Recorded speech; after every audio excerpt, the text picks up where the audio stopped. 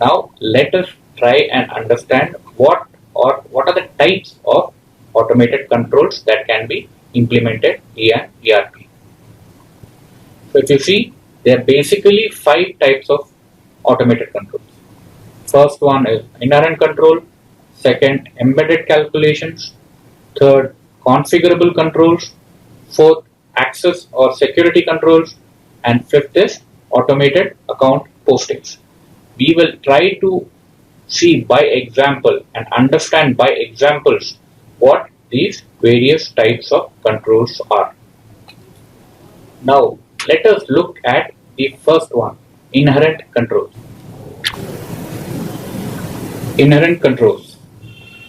So if you see the screen, if it says customer 1 is not defined in a company code 1000.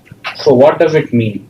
That means a data entry operator or a user who's trying to pass an entry for customer 1 is not able to find that customer or is not able to post a transaction for this particular customer code.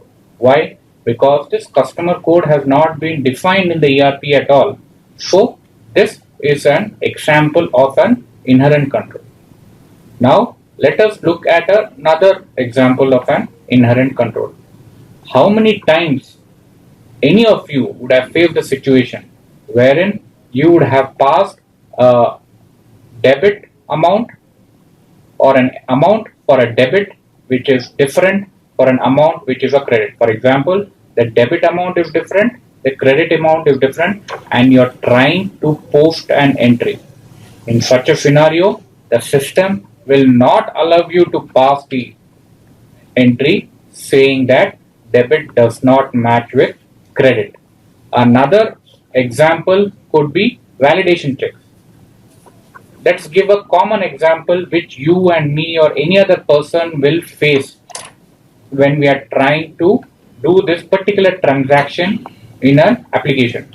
Let's see, you are trying to book a ticket on the railway's website or the airline website, and you're trying to enter in the name some numerical field or in the age some alphabetic fields. Would the application or would the website allow you to do that?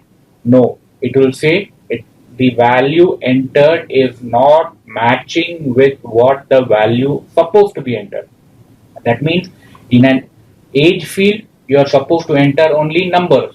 In the name field, you are supposed to enter alphabetics or alphanumeric if it is taking.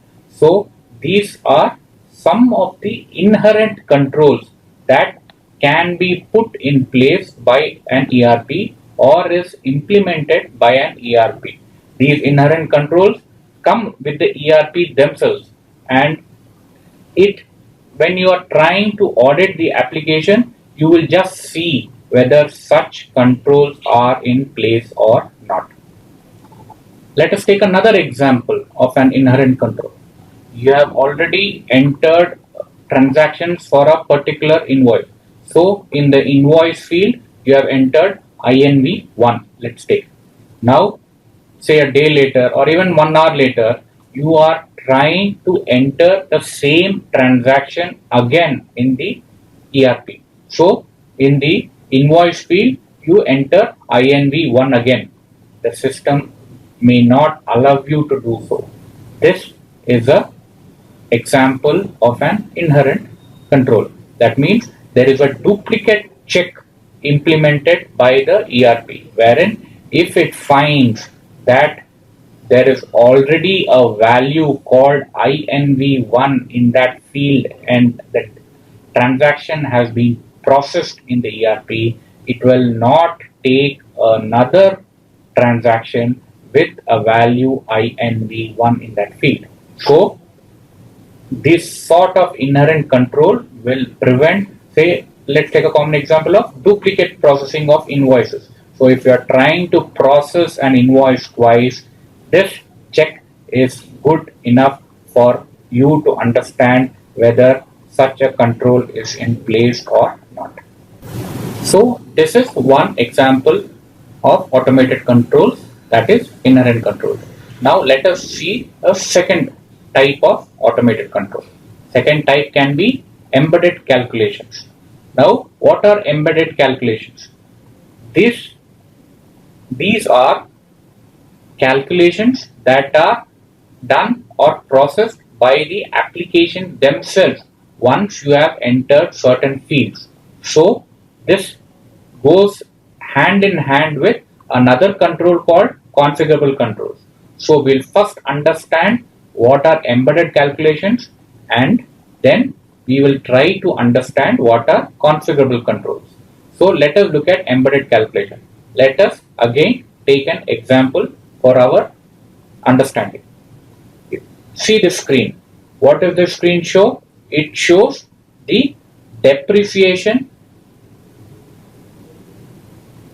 rate or the depreciation percentage and the depreciation method that is given in the application based on which the system calculates depreciation. So if you see in this example, you have an asset ID called 504, you have the books of accounts name, you have whether it is a depreciable asset or not, what is the base currency, that is INR, and from when is this asset in place, the date of installation of the asset. Then you have the method called the straight line method for depreciation. In addition to that, you are also giving useful life. Once you give this useful life of 60 months, the system will calculate the depreciation on its own. In the later slides, we will take an example and see how this system calculates the depreciation. So in addition to that, you are also having a salvage percent of 5%. So this is all configured or entered in the system. Once these are entered in the system, then the system calculates the depreciation automatically. That means the process of calculating the depreciation based on the fields or the data that you have entered here is embedded or is within the system. This is an example of embedded calculation. Let us take other common examples of embedded calculations. Discounts. You have a sales discount. The company gives sales discount. So the company says if the value of the sale is so X or 10,000 or 1 lakh or whatever, 5% discount. So if that 5% is entered, then automatically the system will calculate 5% of 10,000. Correct? So this is another example of embedded calculation. Let us take another example, interest calculation, whether it is bank, whether it is financial institutions or any other interest that needs to be calculated. Here if you see, the bank or the financial institutions will have to just implement or insert the amount of interest each account or each type of account should be given or should be taken. If it is interest to be received, then you would give a certain rate of interest. If it is interest to be given, you will enter or the client will enter a rate of interest.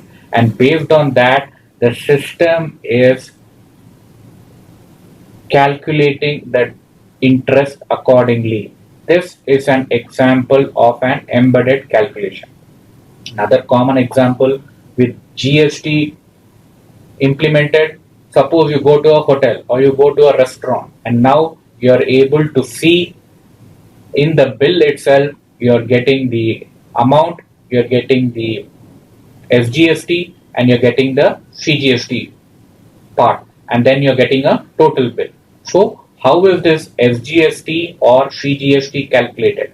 The hotelier or the restaurateur will just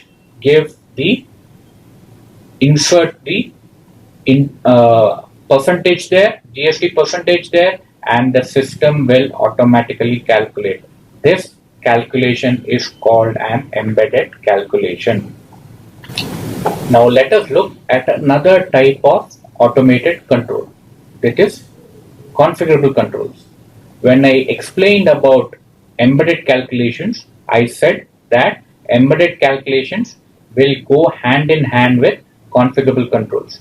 Why did I say that? We will see here in an example. If you see these two examples that I've given, there are tolerance limits set here with a value. There are percentages also set here, tolerance key with a limit and a value here. So based on the limits set here,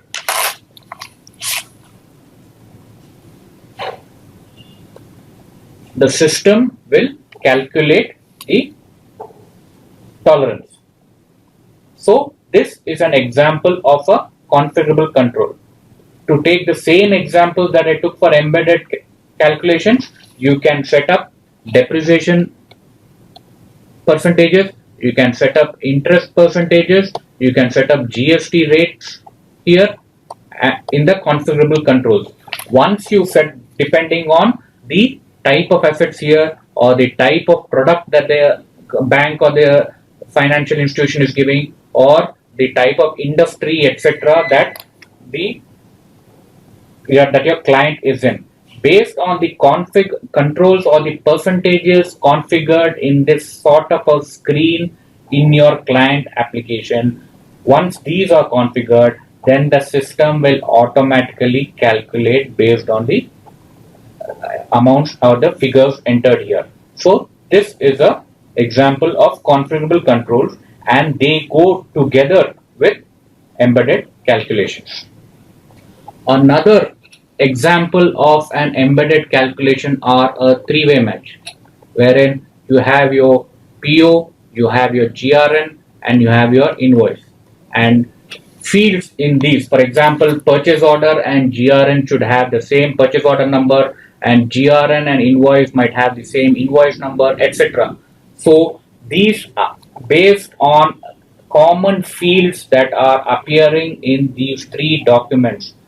The purchase order, GRN, invoice, your three-way match will in your client application will be successful, or if they are not matching, then they will be unsuccessful. So this is another example of a configurable control.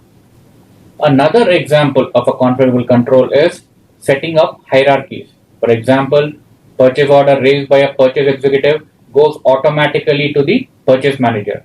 So this hierarchy can be configured. For example, if I am the purchase executive, I have a purchase manager to whom I am reporting to. So he will automatically, the system can be configured to get all the documents that I raise, and it will go to him for his approval. This can be the same for an accounts executive and an accounts manager, or a finance executive and a finance manager and a CFO. All these hierarchies can be configured within the application, and these controls are called as configurable control. Another example of a configurable control is your inventory valuation. I am trying to give you examples which either you might face in your client location or you might face in your day-to-day life, like the example that I mentioned about your railway ticket booking or your bus ticket booking or your airway ticket booking. So in an inventory valuation, if you give the method of valuation, whether it is weighted average or whatever, the system will calculate the valuation accordingly. This is another example of a configurable control. That is, you are mentioning the type of valuation, that is weighted average, and the embedded calculation will make it calculate the valuation. So let us see the valuation method. If you see here, I have tried to show you that the standard price or the moving average price or the periodic unit price are the types of valuation methods which can be configured for each material type, and once this is done, then for that material type the system will automatically calculate the value of the inventory.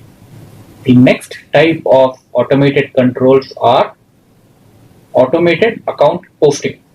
What are they? If you see, based on the transactions that a company is passing, the accounts are automatic or the entries are automatically posted into these accounts. For example, if it's a goods receipt, based on the configurations, the system or the application will automatically post transactions into these accounts. For example, in this entry, we have seen stock account debit to goods receipt account to freight clearing account. And the next goods receipt account is debited and vendor account is created. That means a liability is created. So, how is this done? How was this automated accounting posting done? Again, if you see, we need to configure it accordingly. For example, if you see the account code 300000, it is matching to the account that came in the previous slide, that is here, that is stock account is debited. And if you see 191100, that is another account. If you see to goods receipt account, that means your GRIR account is credited. So based on the transaction that the client is passing, the accounts can be automatically updated based on such configurations. This is called automated account posting, and this is another type of automated control. And the last type of automated control are your access security control. If you see, I had mentioned that a hierarchy can be established. So you have hierarchies such as data entry operator, purchase executive, sales manager, finance manager, CFO, and other senior management. So based on their job roles and job descriptions and the type of role that they are performing in the organization, they will be given appropriate access within the application. So CFO and other senior management might hardly have any transaction to pass in the application or the ERP. Your sales manager and finance manager might perform only approval processes within the ERP or the application. Your purchase executive and your data entry operator in this example might pass most of the entries, but they will not or they should not have approval functions within the ERP. So this sort of application control is called as access security controls. So we have seen inherent controls, we have seen embedded calculations, we have seen configurable controls, we have seen automated account posting, and the fifth one are access and security controls. These are typically the 5 types of automated controls that an ERP can have. Now please note that these controls can be configured differently in each ERP, and we as auditors need to understand how these ERPs are configured, how these ERPs function, and based on that we have to set up our own audit procedures to audit these ERPs. So these are the types of controls that we have understood. Now, how do we as auditors identify these controls within the client's organization? And even before we as auditors do that, how should the management themselves document, identify, test these controls from their side?